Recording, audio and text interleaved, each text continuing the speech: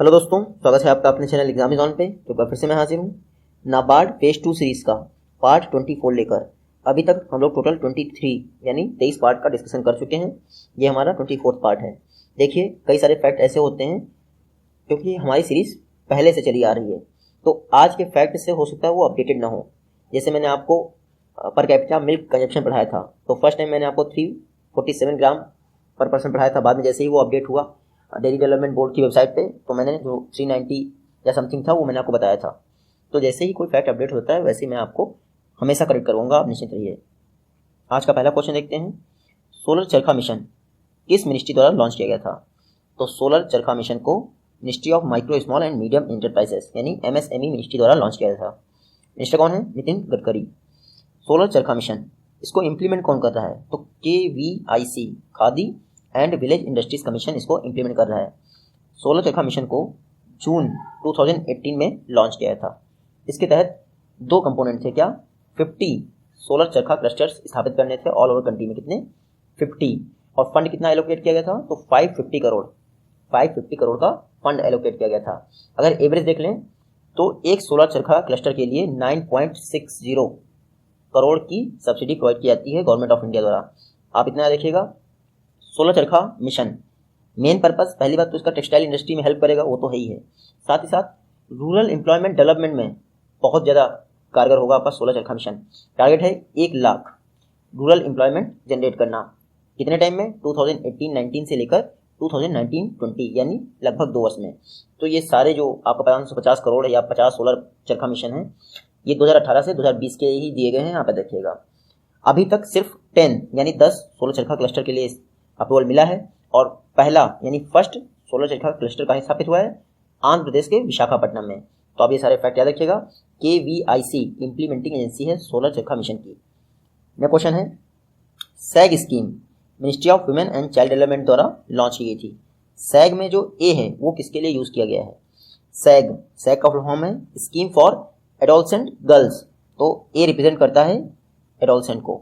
तो SAG scheme for adolescent girl ministry of women and child development द्वारा launch की गई थी। कब? 2010 में लॉन्च की गई थी। चर्चा में क्यों है? क्योंकि इस समय जो है बहुत सारे काम किए जा रहे हैं जो आपके एडोलसेंट गर्ल्स होती हैं उनके न्यूट्रिशन के लिए, ये इसलिए चर्चा में थी। पर्पस क्या है? 11 to 14 यानी 11 से लेकर 14 वर्ष की जो बालिकाएं हैं उन पर फोकस किया जाएगा, खासकर उन लड़कियों पर जो स्कूल नहीं जा रही हैं, और उनको वापस से स्कूल में उनका रिटर्न करवाया जाएगा, यानी वापस से वो फॉर्मल स्कूलिंग ज्वाइन कर सकें। साथ ही साथ स्किल डेवलपमेंट भी प्रोवाइड किया जाएगा आपके सैग स्कीम के तहत 11 से 14 वर्ष की लड़कियों को। तो आप इतना याद रखिएगा, टोटल 2 कंपोनेंट्स हैं। 2 कंपोनेंट्स में पहला कंपोनेंट न्यूट्रिशन से रिलेटेड है और दूसरा कंपोनेंट नॉन न्यूट्रिशन से है।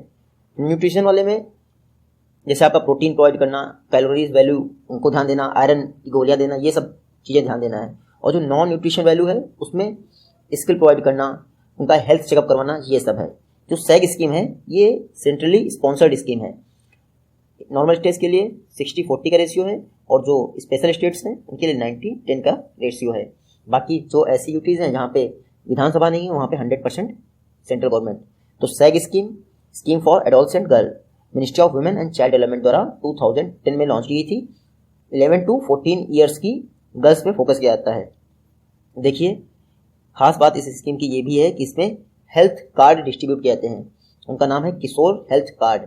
जो किशोर हेल्थ कार्ड होते हैं एडोलसेंट गर्ल्स के लिए, उसमें उनके weight, height, body mass index, जिसको बॉडी मास इंडेक्स कहते हैं, उन सब की जानकारी रहती है। नेक्स्ट क्वेश्चन है, महिला सभा इस बार इंटरनेशनल वुमेन्स डे पर ऑर्गेनाइज की गई। आपको पता है इंटरनेशनल वुमेन्स डे किस डेट को ऑब्जर्व किया जाता है? तो प्रत्येक वर्ष इंटरनेशनल वुमेन्स डे 8 मार्च को ऑब्जर्व किया जाता है। आप याद देखिएगा, इस बार का थीम क्या था? Generation equality realising women's right. ये था इस बार का theme, generation equality realising women's rights. तो ये इसका थीम था इंटरनेशनल वुमेन्स डे का। इसी दिन महिला सभा ऑर्गेनाइज की गई जो पंचायती राज मिनिस्ट्री है उसके द्वारा। विलेज लेवल पर पंचायती राज मिनिस्ट्री द्वारा सभी स्टेट और यूटी से कहा गया कि इंटरनेशनल वुमेन्स डे को स्पेशल ग्राम सभा और महिला सभा ऑर्गेनाइज करें। इसमें मेन मकसद था पोषण पंचायत पर डिस्कशन करना, यानी वुमेन्स के लिए पोषण कैसे सुनिश्चित किया जा सके। इसलिए देखिए, जो ये वुमेन्स पोषण था, जो पोषण पंचायत थी, उसमें ये भी डिस्कस किया गया कि जो न्यू बॉर्न चाइल्ड होता है उसको 1000 डेज तक सिर्फ माँ का दूध ही दिया जाए, तो इस पर भी डिस्कशन हुआ। उसके अलावा जो चाइल्ड हेल्पलाइन है क्या है 1098, इसके विषय में भी महिलाओं को अवेयर किया गया। तो महिला सभा और पोषण पंचायत और साथ ही स्पेशल ग्राम सभा, ये सारी इंटरनेशनल वुमेन्स डे से रिलेटेड है, साथ ही साथ पंचायती राज मिनिस्ट्री से। पंचायती राज की बात करें तो 73rd कॉन्स्टिट्यूशनल अमेंडमेंट द्वारा 1992 में संविधान संशोधन एक्ट पास हुआ था। 1993 में पंचायतों का गठन किया गया था, आप सभी को पता होगा। अभी वर्तमान में 20 स्टेट्स ऐसे हैं जहां पे ग्राम पंचायतों में 50% सीटें महिलाओं के लिए रिजर्व हैं, तो आप ये भी नोट कर सकते हैं। नेक्स्ट क्वेश्चन है, इकोनॉमिक एंड कॉम्पिटिशन लॉ पर 5th कॉन्फ्रेंस CCI द्वारा ऑर्गेनाइज की गई। आपको बताना है CCI किस वर्ष स्टैब्लिश हुआ था। तो 5th नेशनल कॉन्फ्रेंस हुई है इकोनॉमिक और कॉम्पिटिशन लॉ पर। CCI यानी कॉम्पिटिशन कमीशन ऑफ इंडिया द्वारा कहाँ पर ऑर्गेनाइज की गई? न्यू दिल्ली में ऑर्गेनाइज की गई। कॉम्पिटिशन कमीशन ऑफ इंडिया कब स्थापित हुआ था ये, यानी कब इसका गठन हुआ था? 2003 में, अक्टूबर 2003 में हुआ था। लेकिन एक्ट कब पास हुआ था? तो कॉम्पिटिशन एक्ट पास हुआ था 2002 में, उसी के द्वारा CCI का गठन हुआ था। देखिए, हमारे इंडिया की किसी भी कंपनी का मर्जर होता है या कोई एक्विजिशन करता है तो उन सभी का approval competition commission of India द्वारा दिया जाता है। पैदा रखिएगा। बात करते हैं कॉम्पिटिशन कमीशन ऑफ इंडिया की। उसमें एक चेयरपर्सन होता है, 6 मेंबर्स होते हैं। वर्तमान में चेयरपर्सन कौन है? अशोक गुप्ता। नेक्स्ट क्वेश्चन है, national conference on women's in police and CAPF ये किस सिटी में ऑर्गेनाइज हुआ? तो women's in police and CAPF पर नेशनल कॉन्फ्रेंस ऑर्गेनाइज हुआ है न्यू दिल्ली में। इस कॉन्फ्रेंस को इनॉग्रेट किसने किया? तुम्हारी मिनिस्टर जो हैं वुमेन एंड चाइल्ड डेवलपमेंट के लिए, उन्होंने इनॉग्रेट किया इसको। कौन है? स्मृति ईरानी। इनॉग्रेशन उनके द्वारा हुआ। ऑर्गेनाइज किसने किया इस कॉन्फ्रेंस को? तो BPR&D यानी bureau of police research and development. ये जो ब्यूरो ऑफ पुलिस है रिसर्च एंड डेवलपमेंट, ये मिनिस्ट्री ऑफ होम अफेयर्स के तहत आता है। आप देखिएगा, इसने ही इसको ऑर्गेनाइज किया गया। देखिए, ये जो women's in police and CAPF पर नेशनल कॉन्फ्रेंस थी, इसके 2 थीम थे।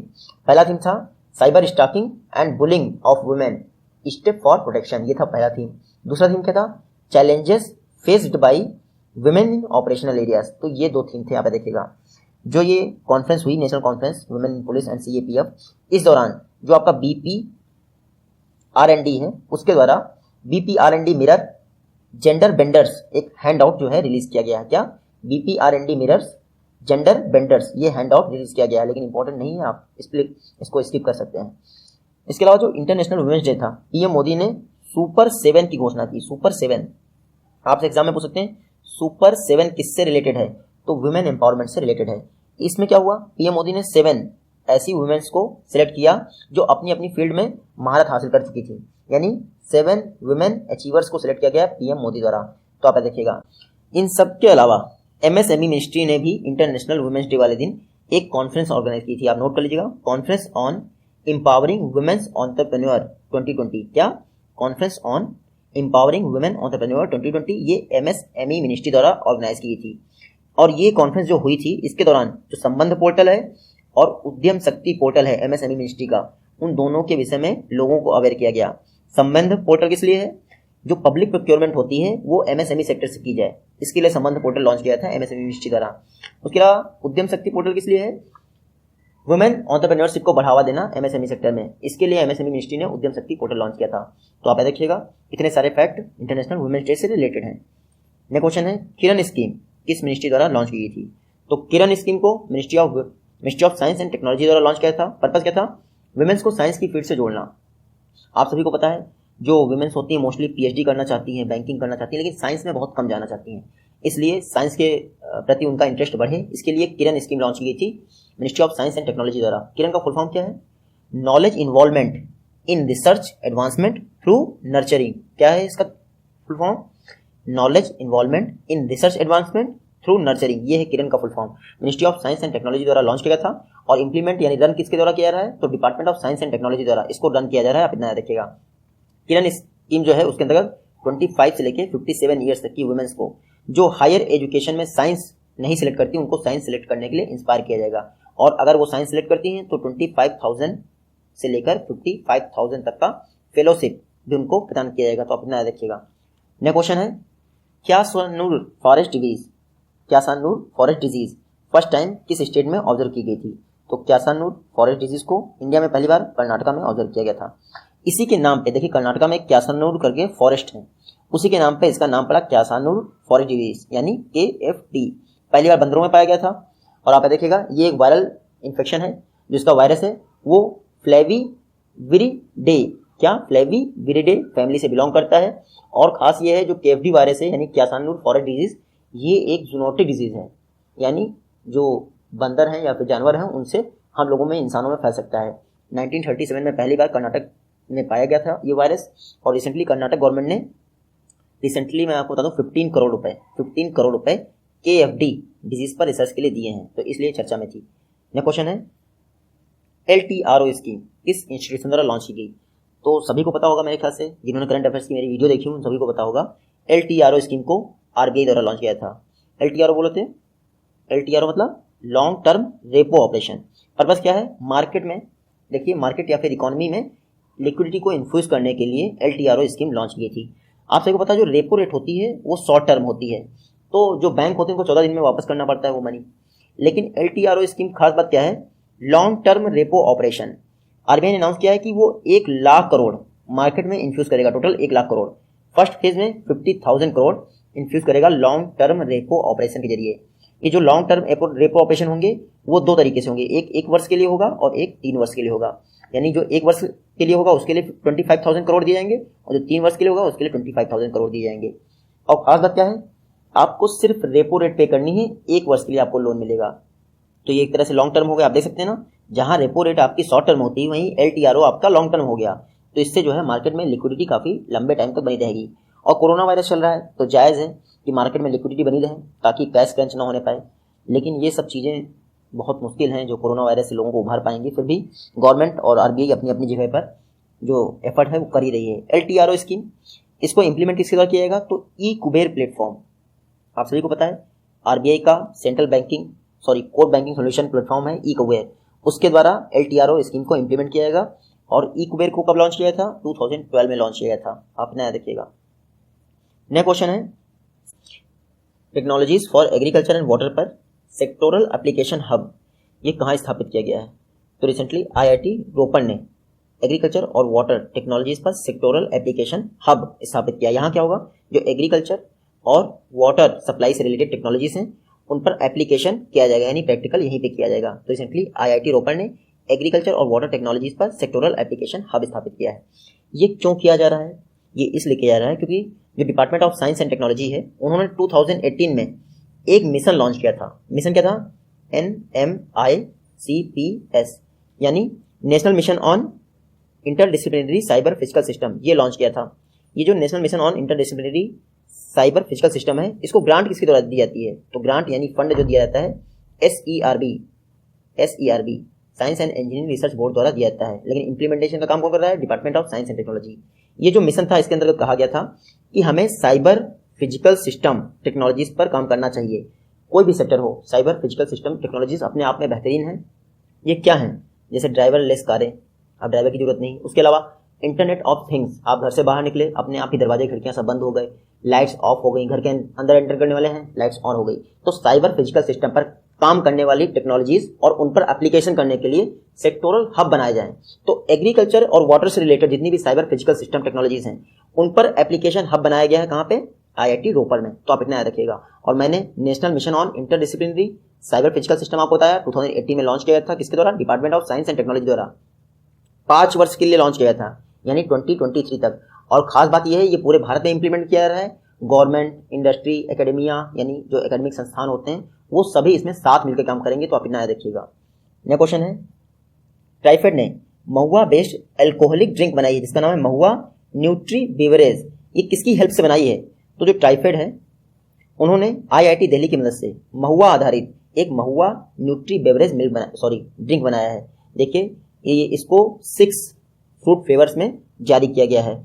और एक बोतल की कीमत तो नहीं पता, लेकिन एक बोतल की जो क्वांटिटी है वो 700 ml से लेकर 750 ml है। आप इतना याद रखिएगा। देखिए मैं बता दूं जो महुआ है उसका नाम क्या है? Scientific Madhuca indica. क्या? मधिका इंडिका इसका साइंटिफिक नाम होता है। और रिसेंटली ट्राइफेड ने IIT दिल्ली के साथ मिलकर महुआ न्यूट्री बेवरेज करके एक महुआ बेस्ड अल्कोहलिक ड्रिंक बनाई है। इसमें 5% ही अल्कोहल है। बाकी महुआ आप सभी को पता है एक फॉरेस्ट प्रोड्यूस है, माइनर फॉरेस्ट प्रोड्यूस। जो लोग छत्तीसगढ़ जाते होंगे वहाँ पे जगदलपुर और बस्तर करके एरिया है, वहाँ पे महुआ का रोजगार बहुत होता है जो वहाँ की ट्राइबल कम्युनिटी है उसके द्वारा। तो आप इतना याद रखिएगा। आप सभी को पता है ट्राइफेड ट्राइफेड का फुल फॉर्म कई बार मैं आपको बता चुका हूँ, tribal cooperative market development federation of India, ये सब करके है, तो आप देख लीजिएगा। इन्होंने एक वन धन विकास कार्यक्रम लॉन्च किया था, आप सभी लोग पढ़ चुके हैं वन धन विकास कार्यक्रम। इसके तहत क्या होगा, जो माइनर फॉरेस्ट प्रोड्यूस हैं उनकी मार्केट वैल्यू को बेहतर करने के लिए स्कीम लॉन्च की गई थी। देखिए, छत्तीसगढ़ के बीजापुर से वन धन विकास कार्यक्रम को 2018 में लॉन्च किया था, किसके द्वारा, प्राइम मिनिस्टर मोदी द्वारा। तो आप इतना जरूर याद रखिएगा। नेक्स्ट क्वेश्चन है, सीपीसीबी ने इंडिया में कितने कंटामिनेटेड साइट्स की लिस्ट जारी की है। तो recently CPCB, central pollution control board ने टोटल 128 कंटामिनेटेड प्लेसेस की लिस्ट जारी की है इंडिया में। और सबसे ज्यादा कंटामिनेटेड प्लेसेस किस स्टेट में है, तो आप देखिएगा वेस्ट बंगाल में सबसे ज्यादा कंटामिनेटेड प्लेसेस हैं। सेकंड कौन है, ओडिशा। वेस्ट बंगाल में जहां पे आपके 27 है, वहीं ओडिशा में मात्र 23 कंटामिनेटेड प्लेस हैं। कंटामिनेटेड प्लेस होते क्या हैं, कहीं पे ग्राउंड वाटर पोल्यूशन हो जाए या पे कहीं पे ऑयल लीकेज हो जाए, जिसकी वजह से जो है वहाँ की मिट्टी होती है उसका जो है बायोडिग्रेडेबल जो लॉस हो जाए, ये सब हो जाए तो कंटामिनेशन हो जाता है। कंटामिनेशन आप सभी को पता है, जो अपनी वास्तविकता को लॉस कर दे, यानी ओरिजिनलिटी को लॉस कर दे, तो हो जाता है कंटामिनेटेड। तो 128 साइट्स हैं इंडिया में कंटामिनेटेड। सबसे ज़्यादा वेस्ट बंगाल में 27, फिर है सेकंड ओडिशा में। सीपीसीबी ने लिस्ट जारी की है। देखिए, 5 तरीके से इन्होंने कंटामिनेशन को बताया है। जैसे आपका ऑयल कंटामिनेशन हो गया, फिर सेकंड नंबर बताया है pesticide and heavy metal contamination, फिर क्रोमियम कंटामिनेशन बताया है, फिर इलेक्ट्रॉनिक वेस्ट का कंटामिनेशन, और लास्ट बताया है मरकरी कंटामिनेशन। आप इतना याद रखिएगा। सीपीसीबी की बात कर लेते हैं। इसको वाटर एक्ट 1971 द्वारा स्थापित किया था। पावर कैसे मिली थी इसको, तो एयर एक्ट 1974 द्वारा इसको पावर मिली थी। सह्याद्री मेघा ये किस क्रॉप की नई वैरायटी है, तो सह्याद्री मेघा पैडी यानी धान की एक नई वैरायटी है। इसको डेवलप किसने किया है, तो university of agriculture and horticulture sciences जो कर्नाटक के शिमोगा में स्थित है, उसने डेवलप किया है सह्याद्री मेघा को। हाइब्रिडाइजेशन टेक्निक से बनाई गई है ये। 2 वैरायटी थी, ज्योति और अक्कालू। ये जो है पैडी की वैरायटी थी, ज्योति और अक्कालू, इनको हाइब्रिड करके सह्याद्री मेघा वैरायटी बनाई गई है। जो सह्याद्री मेघा वैरायटी बनाई गई है, खास बात क्या है, देखिए ये न्यूट्रिएंट रिच वैरायटी है और साथ ही साथ एक ब्लास्ट डिजीज होती है, उससे रेजिस्टेंट प्रोवाइड करती है सह्याद्री मेघा। तो आप ये दोनों फैक्ट याद रखिएगा, न्यूट्रिएंट रिच और ब्लास्ट डिजीज से रेजिस्टेंस, ये 2 इसके बेहतरीन गुण हैं। सह्याद्री मेघा की कुछ बात कर लेते हैं। जैसे इसमें प्रोटीन कंटेंट 12.48% है, तो आप देख सकते हैं कितना न्यूट्रिएंट रिच है। साथ ही साथ जो इसका यील्ड है वो 65 क्विंटल पर हेक्टेयर है, तो ये भी अपने आप में बहुत हो गया। और इसका हार्वेस्टिंग पीरियड 120 डेज है, आप इतना देखिएगा। ब्लास्ट डिजीज, उससे जो है रेजिस्टेंस प्रोवाइड करता है सह्याद्री मेघा। ये ब्लास्ट डिजीज क्या है, पहली बात तो फंगल यानी फंगस से होती है डिजीज, इसे ग्रोटन नेक या फिर राइस फीवर भी कहते हैं, आप इतना देखिएगा। और इसका इफेक्ट क्या पड़ता है ब्लास्ट डिजीज का फसल पे, तो 70 to 80% जो ग्रेन होता है वो लॉस हो जाता है, तो आप इतना देखिएगा। तो पैडी क्रॉप कल्टीवेशन को इंप्रूव करने के लिए सह्याद्री मेघा ये नई किस्म बनाई गई है पैडी की। देखिए, कर्नाटक का जो एरिया है वहाँ पे लोग कॉमर्शियल क्रॉपिंग की तरफ बहुत बढ़ रहे थे, इसलिए अब सह्याद्री मेघा जो आपकी पैडी की वैरायटी है इसको डेवलप किया गया है। देखते हैं कुछ फर्क पड़ता है कि नहीं, आप इतना याद रखिएगा। नेक्स्ट क्वेश्चन है, नेशनल सुपर कंप्यूटिंग मिशन, इसके तहत अभी तक कितने सुपर कंप्यूटर बनाए गए हैं, तो नेशनल सुपर कंप्यूटिंग मिशन इसके तहत अभी तक 3 यानी मात्र 3 सुपर कंप्यूटर बनाए गए हैं। तो आप देखिएगा, बात करते हैं नेशनल सुपर कंप्यूटिंग मिशन की। 2015 में लॉन्च किया गया था। टारगेट क्या था, 7 ईयर्स में यानी 2022 तक 70 कंप्यूटर बनाने का, कितना 70 सुपर कंप्यूटर बनाने थे आपके नेशनल सुपर कंप्यूटिंग की मिशन के तहत। लेकिन 5 वर्ष में मात्र 3 सुपर कंप्यूटर बने हैं। ये 3 सुपर कंप्यूटर कौन से हैं, पहला है परम शिवाय जो IIT BHU में स्थित है।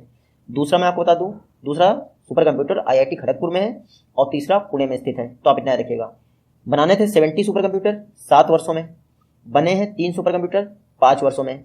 जो नेशनल सुपर कंप्यूटिंग मिशन था इसमें 7 वर्षों के लिए फंड कितना अलॉट किया गया था, 4500 करोड़ यानी 4500 करोड़ फंड एलोकेशन हुआ था। लेकिन आप देख सकते हैं सिर्फ 16.67% का फंड यूटिलाइज हुआ है, तो अपना याद रखिएगा। देखिए, आप याद रखिएगा 2020 या 5 वर्ष में जो आपके 20,000 स्किल्ड पर्सनल तैयार करने थे नेशनल सुपर कंप्यूटर मिशन के तहत, वो भी अभी तक नहीं हो पाए हैं। कितने, 20,000 स्किल्ड पर्सनल तैयार करने थे नेशनल सुपर कंप्यूटिंग मिशन के तहत 2020 तक, यानी मात्र 5 वर्षों में। तो ये सारे फैक्ट याद रखिएगा। RTI के तहत ये खुलासा हुआ है।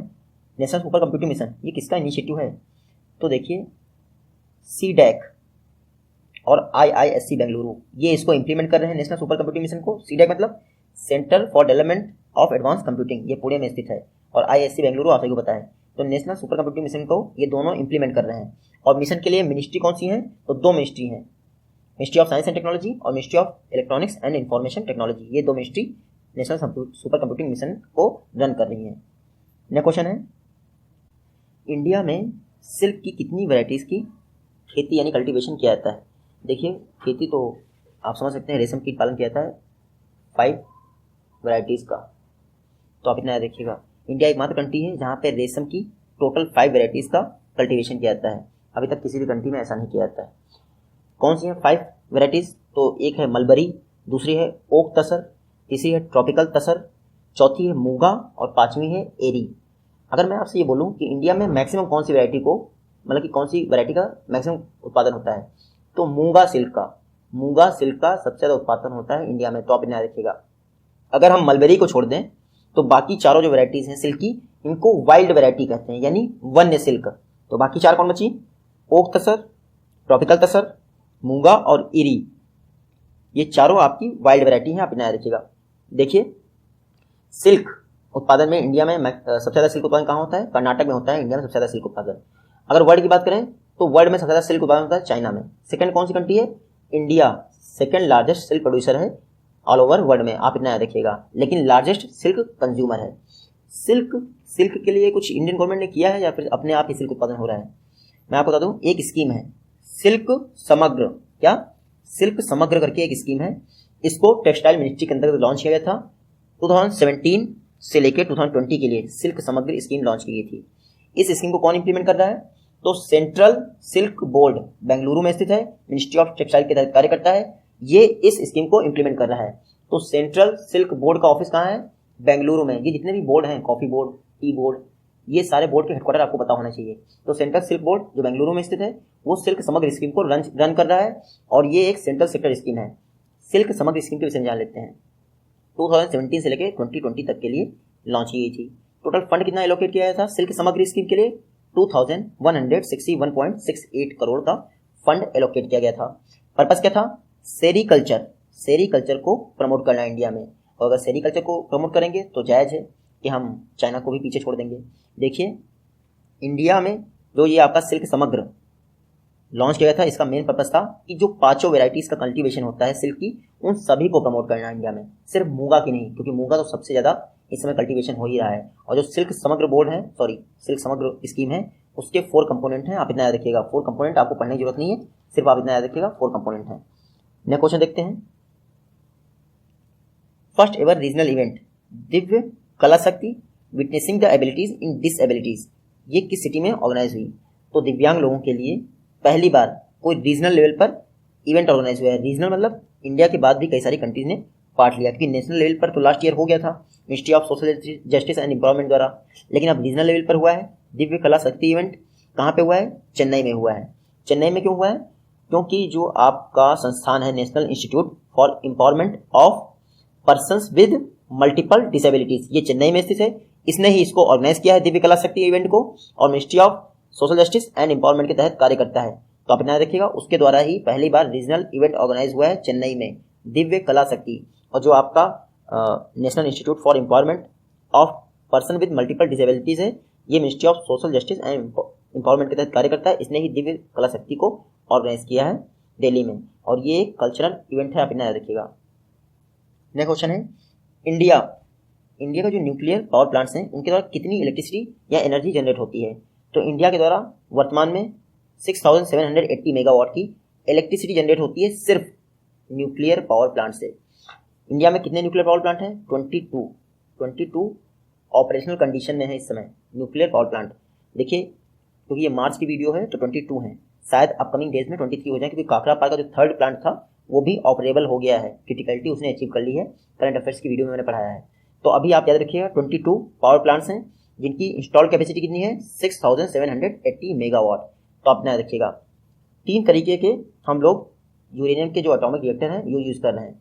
एक तो आपका हो गया pressurised water heavy water reactor, दूसरा हो गया लाइट वाटर हैवी रिएक्टर, और तीसरा क्या है आपका? तीसरा है आपका फास्ट ब्रीडर रिएक्टर। ये अभी पहली बार स्थापित किया गया है तमिलनाडु के कलपक्कम में 500 मेगावाट का fast breeder nuclear reactor plant स्थापित किया गया है तमिलनाडु के कलपत्तम में। इसका रिजल्ट देखना मतलब कि अभी बाकी है, अभी इसको इंक्लूड नहीं किया गया है इस एनर्जी वाले में, तो आप इतना रखिएगा। उसके अलावा इंडिया में 18 प्रेशराइज्ड हैवी वाटर रिएक्टर हैं। उसके अलावा 4 लाइट हैवी वाटर रिएक्टर हैं। तो इन दोनों को कंबाइन कर देंगे तो 22 हो जाएंगे, जिनकी वजह से ये 6780 मेगावाट इलेक्ट्रिसिटी जनरेट हो रही है। इंडिया का जो न्यूक्लियर एनर्जी प्रोग्राम था उसको किसने लॉन्च किया था? डॉक्टर होमी जहांगीर भाभा, ऐसा कहा जाता है। अमेरिका ने उनको मरवा दिया था। नेक्स्ट क्वेश्चन है डेजिग्नेटेड टू एक्सक्लूड, ये रिपोर्ट किसके द्वारा जारी की गई है? तो डेजिग्नेटेड टू एक्सक्लूड ये रिपोर्ट जारी की गई है एमनेस्टी इंटरनेशनल द्वारा, और ये रिपोर्ट टोटली इंडिया के परिप्रेक्ष्य में है, यानी इंडिया के लिए जारी की गई है। क्यों? फॉरेन ट्राइब्यूनल गठित किए गए हैं सुप्रीम कोर्ट के द्वारा। कहा गया है कि जो लोग विदेशी नागरिक हैं, असम में घुसपैठ कर रखे हैं, उनको पहचाना जाए। तो ये जो एमनेस्टी इंटरनेशनल ने रिपोर्ट जारी की है डेजिग्नेटेड टू एक्सक्लूड, इसका कहना ये है कि जो फॉरेन ट्राइब्यूनल हैं वो लोगों को सिर्फ बाहर करने के लिए काम कर रहे हैं। मतलब वो ये देख रहे हैं कि कौन सा डॉक्यूमेंट ना हो जिससे लोगों को हम बाहर कर सकें। वो ये नहीं देख रहे हैं कि कैसे हम मिनिमम लोगों को बाहर कर सकें। तो इसीलिए एमनेस्टी इंटरनेशनल ने ये डेजिग्नेटेड टू एक्सक्लूड रिपोर्ट जारी की है फॉरेन ट्रिब्यूनल्स पर। असम में आप सबको पता है फॉरेन ट्रिब्यूनल इस समय काम कर रहा है। जो डीएम होता है उसको अथॉरिटी दी गई है फॉरेन ट्रिब्यूनल गठित करने की। तो आप इतना याद रखिएगा। एमनेस्टी इंटरनेशनल की बात करें तो लंदन स्थित एक नॉन गवर्नमेंट ऑर्गेनाइजेशन है, 1977 में स्थापना हुई थी और ह्यूमन राइट्स के लिए काम करता है। तो आप इतना याद रखिएगा। नेक्स्ट क्वेश्चन है मास्क एंड हैंड सैनिटाइजर्स को इसेंशियल कमोडिटीज एक्ट में शामिल कर लिया गया है। आपको पता है ना इसेंशियल कमोडिटीज एक्ट कब पास हुआ था? ये क्वेश्चन जो इसेंशियल कमोडिटीज एक्ट पास वाला है ये हम लोग पहले भी कवर कर चुके हैं, लेकिन एक बार देख लेते हैं। इसेंशियल कमोडिटीज एक्ट 1955 में पास हुआ था। ये इसेंशियल कमोडिटीज एक्ट, इसका फायदा क्या होता है? जब कोई भी चीज इसेंशियल कमोडिटी घोषित हो जाती है या फिर शामिल कर जाती है इसेंशियल कमोडिटीज एक्ट में, तो स्टेट और यूटी ये सारी गवर्नमेंट उन इंडस्ट्रीज को या कंपनीज को दिशा निर्देश दे सकती हैं कि आप इन चीज़ों का प्रोडक्शन बढ़ाइए और इन चीज़ों का जो रेट है वो इससे ऊपर नहीं होना चाहिए। तो आप देखिएगा इसेंशियल कमोडिटीज एक्ट 1955 में पास हुआ था। उसके अलावा फिर से एक चीज रिवाइज कर लेते हैं। जो लॉकडाउन है इंडिया में घोषित किया गया है वो डिजास्टर मैनेजमेंट एक्ट 2005 के अंतर्गत घोषित किया गया है। कौन से? डिजास्टर मैनेजमेंट एक्ट के अंतर्गत लॉकडाउन को घोषित किया गया है। यहाँ पे देखिएगा जो आपका क्वारंटाइन सिचुएशन है वो कौन से एक्ट के तहत है? तो 1897 के एपिडेमिक डिजीज एक्ट के तहत क्वारंटाइन किया जा सकता है लोगों को। आप देखिएगा।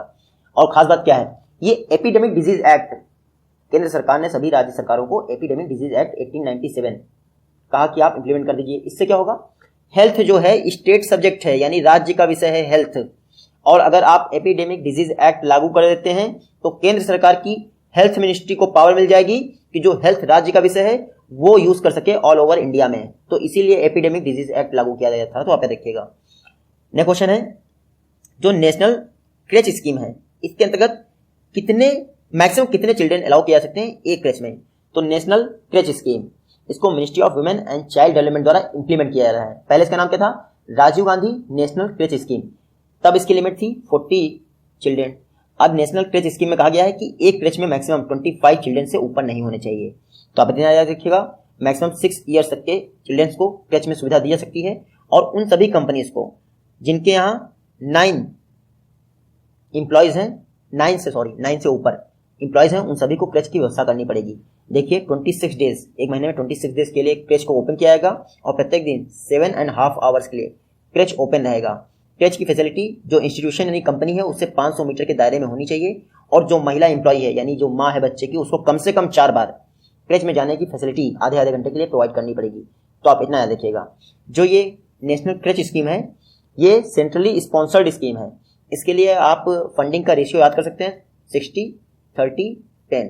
60 सेंट्रल गवर्नमेंट हो गया, 30 स्टेट गवर्नमेंट हो गया और 10 क्या है? जो कंपनी प्रोवाइड कर रही है क्रेच उसके लिए। उसके बाद ये हो गया आपका नॉर्मल स्टेट के लिए। जो विशेष राज्य उनके लिए क्या है? 80-10-10 यानी कंपनी के लिए कोई छूट नहीं है। और उसके बाद जो यूटी गवर्नमेंट है उसमें 90-0 और 10 यानी कि कंपनी के लिए कोई छूट नहीं है। तो ये नेशनल क्रेच स्कीम थी। आप इन्हें याद रखिएगा। 6 माह से लेकर 6 वर्ष तक के बच्चों को डेली डे केयर फैसिलिटी के लिए क्रेच यूज किया जाएगा। Ministry of women and child development द्वारा इंप्लीमेंट किया जा रहा है।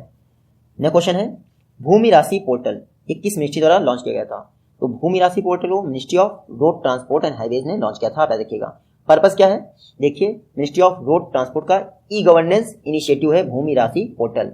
इससे क्या होगा? जो लैंड इक्विजिशन होता है नेशनल हाईवेज के लिए वो ट्रांसपेरेंट और आसान हो जाएगा। इसीलिए भूमि राशि पोर्टल लॉन्च किया था। और खास बात क्या है, जो भूमि राशि पोर्टल है इसको CAG controller and auditor general के, जो कंट्रोलर एंड ऑडिटर जनरल है उसके पब्लिक फिनांस मैनेजमेंट सिस्टम के साथ इंटीग्रेट कर दिया जाएगा। यानी जो लैंड एक्विजिशन हो रहा है उसमें ट्रांसपेरेंसी और ज़्यादा बढ़ जाएगी।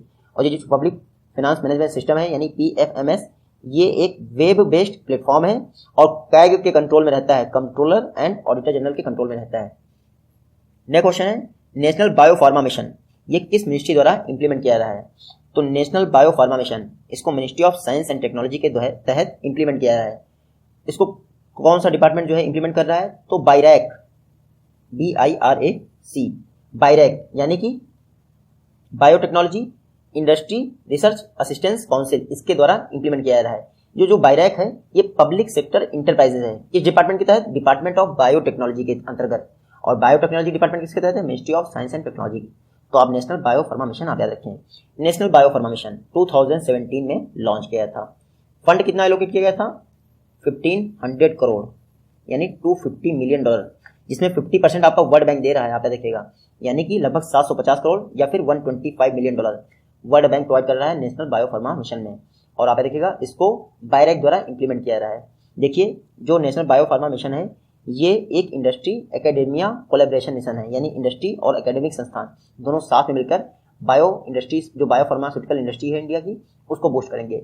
बायो फार्मा मिशन के अंतर्गत एक I3 प्रोग्राम लॉन्च किया था। जिनको पता होगा उनको पता होगा कि I3 प्रोग्राम यानी इनोवेट इन इंडिया, ये प्रोग्राम लॉन्च किया था नेशनल बायो फार्मा मिशन के तहत। पर्पस क्या था? बायो फार्मा इंडस्ट्री में एंटरप्रेन्योरशिप को और जो इंडिजिनस मैन्युफैक्चरिंग है उसको बढ़ावा देना, इसके लिए I3 इनिशिएटिव लॉन्च किया था। I3 इनिशिएटिव में टोटल 4 वर्टिकल हैं। 4 वर्टिकल में जैसे डेवलपमेंट है ऑफ प्रोडक्ट और अपग्रेडेशन हुआ, फिर डेवलपमेंट ऑफ ह्यूमन कैपिटल हुआ, साथ ही साथ टेक्नोलॉजी ट्रांसफर हुआ। ये सारे जो है 4 वर्टिकल हैं I3 प्रोग्राम के तहत। टेक्नोलॉजी ट्रांसफर क्या होता है? टेक्नोलॉजी ट्रांसफर ये होता है कोवैक्सीन। कोरोना की इंडिया में पहली इंडिजिनस वैक्सीन है कोवैक्सीन। ये हम लोग करंट अफेयर्स की वीडियो में पढ़ चुके हैं। कोवैक्सीन ये इंडिया में बनाई जाने वाली पहली कोरोना वैक्सीन है। भारत बायोटेक इसको बना रहा है। लेकिन टेक्नोलॉजी ट्रांसफर का इसमें रोल कहां से आ गया? इंडियन वायरोलॉजी इंस्टीट्यूट पुणे में है। आपको याद होगा इंडियन वायरोलॉजी इंस्टीट्यूट ने सक्सेसफुली कोरोना वायरस का जो स्ट्रेन था उसको अलग कर लिया था और उस स्ट्रेन की मदद से ही ये कोवैक्सीन बनाई जा रही है। यानी IBI ने अपना टेक्नोलॉजी ट्रांसफर किया भारत बायोटेक के लिए और भारत बायोटेक अब कोवैक्सीन बना रहा है। तो यही तो काम था आपके I3 मिशन का, इनोवेट इन इंडिया प्रोग्राम का, यही तो काम था। तो आप याद रखिएगा। इसके अलावा एक फैक्ट और है बायो फार्मा मिशन से रिलेटेड, आप नोट कर लीजिएगा। इस बार बायो एशिया समिट 2020 हैदराबाद में हुई। कहाँ पे? हैदराबाद में हुई। और थीम क्या था? टुडे फॉर टुमारो, ये इसका थीम था। तो ये सारे फैक्ट आप याद रखिएगा। I3 mission, national bio pharma mission, world bank finance कर रहा है, 50% दे रहा है, आप याद रखिएगा। नेक्स्ट क्वेश्चन है ऑर्गन डोनेशन में किस स्टेट ने टॉप किया है अकॉर्डिंग टू हेल्थ मिनिस्ट्री? तो हेल्थ मिनिस्ट्री के अनुसार ऑर्गन डोनेशन में टॉप किया है महाराष्ट्र ने। सबसे ज्यादा ऑर्गन डोनेशन महाराष्ट्र में किए गए। सेकंड नंबर पे तमिलनाडु आया है, थर्ड नंबर पे तेलंगाना। देखिए हेल्थ मिनिस्ट्री के अंतर्गत 2 संस्थाएं हैं, रोटो ROTTO, रोटो और सोटो, ये 2 संस्थाएं हैं जिन्होंने स्टैटिक प्रोवाइड किया है ऑर्गन डोनेशन का। रोटो क्या है? Regional organ and tissue transplantation organisation. क्या है? रोटो का फुल फॉर्म है regional organ and tissue transplantation organisation. इसी के साथ जो सोटो है उसमें सिर्फ स्टेट कर दीजिए, बाकी organ and tissue transplantation organisation same है। इन्होंने डाटा प्रोवाइड किया हेल्थ मिनिस्ट्री को कि सबसे ज्यादा ऑर्गन डोनेशन कहाँ किया गया है? महाराष्ट्र में। नेक्स्ट क्वेश्चन है आपका मार्च 2020 तक उन्नत भारत अभियान के अंतर्गत कितने विलेजेस को अडॉप्ट किया गया है? तो मार्च 2020 तक 13,072 विलेजेस को अडॉप्ट किया गया है उन्नत भारत अभियान के अंतर्गत। देखिए उन्नत भारत अभियान इसको 2014 में लॉन्च किया था MHRD मिनिस्ट्री द्वारा। बाद में 2018 में इसका नेक्स्ट वर्जन यानी उन्नत भारत अभियान 2.0 लॉन्च कर दिया गया है। जो पहले का वर्जन था उसमें सिर्फ हायर एजुकेशन इंस्टीट्यूशन यानी IIT, IIM इन सभी को अथॉरिटी थी कि 5 विलेजेस को गोद लेना है आपको और टेक्नोलॉजी असिस्टेंट प्रोवाइड करना है, साथ ही साथ गाँव के जो यूथ हैं उनकी स्किलिंग करनी है ताकि उनका सोशल और इकोनॉमिक कंडीशन बेहतर हो सके। बाद में जो 2.0 वर्जन था उसके अंतर्गत सभी एजुकेशन इंस्टीट्यूशन को परमिशन दे दिया गया है कि आप 5 विलेजेस गोद ले सकते हैं ताकि वहाँ के रहने वाले लोगों का सोशल और इकोनॉमिक कंडीशन बेहतर हो सके। तो जो उन्नत भारत अभियान है इसके तहत मार्च 2020 तक टोटल 13,072 यानी 13,072 गांवों को गोद लिया गया। कितने इंस्टीट्यूशन द्वारा? 2474 इंस्टीट्यूशन द्वारा। तो आप ये फैक्ट याद रखिएगा, MHRD मिनिस्ट्री के तहत आता है उन्नत भारत अभियान। नेक्स्ट क्वेश्चन है, इंडिया का सेकंड लॉन्गेस्ट वाटरवे कौन सा है? तो इंडिया का सेकंड लॉन्गेस्ट वाटरवे है national waterway 4। First longest waterway कौन सा है? National waterway 1। सेकंड कौन सा हो गया? National waterway 4। Third longest national waterway कौन सा है? तो नेशनल वाटरवे 2। तो ये तीनों का आप इंक्रीजिंग ऑर्डर में या डिक्रीजिंग ऑर्डर में याद रखिएगा। जो नेशनल वाटरवे 1 है उसकी लेंथ कितनी है? 1620 किलोमीटर। जो नेशनल वाटरवे 4 है इसकी लेंथ कितनी है? 1078 किलोमीटर। और जो नेशनल वाटरवे 2 है इसकी है लेंथ 891 किलोमीटर। तो ये इंडिया के सबसे लंबे वाटरवे हैं। ये पहला है आपका प्रयागराज से हल्दिया। ये जो आपका दूसरा है ये टोटल है आपका कहाँ पे? असम के है, धुबरी टू सादिया, असम में ही है नेशनल वाटरवे 2, आप इतना याद रखिएगा। उसके अलावा जो आपका नेशनल वाटरवे 4 है ये कहाँ है? ये है आपका काकीनाडा टू पौंडीचेरी। तो ये सारे फैक्ट आप याद रखिएगा। उसके अलावा बात करते हैं नेशनल वाटरवेज की। इंडिया में आइडेंटिफाइड कितने हैं? 111 नेशनल वाटरवेज हैं। टोटल लेंथ कितनी है? 14,500 किलोमीटर। ये है लेंथ 111 नेशनल वाटरवेज की। आपको याद होगा जो हल्दिया और वाराणसी के बीच में जल मार्ग विकास प्रोजेक्ट बन रहा है यानी JMVP, इसको कौन इंप्लीमेंट कर रहा है? तो inland waterway authority of India द्वारा इंप्लीमेंट किया जा रहा है। टोटल कॉस्ट आ रही है 5369.18 करोड़।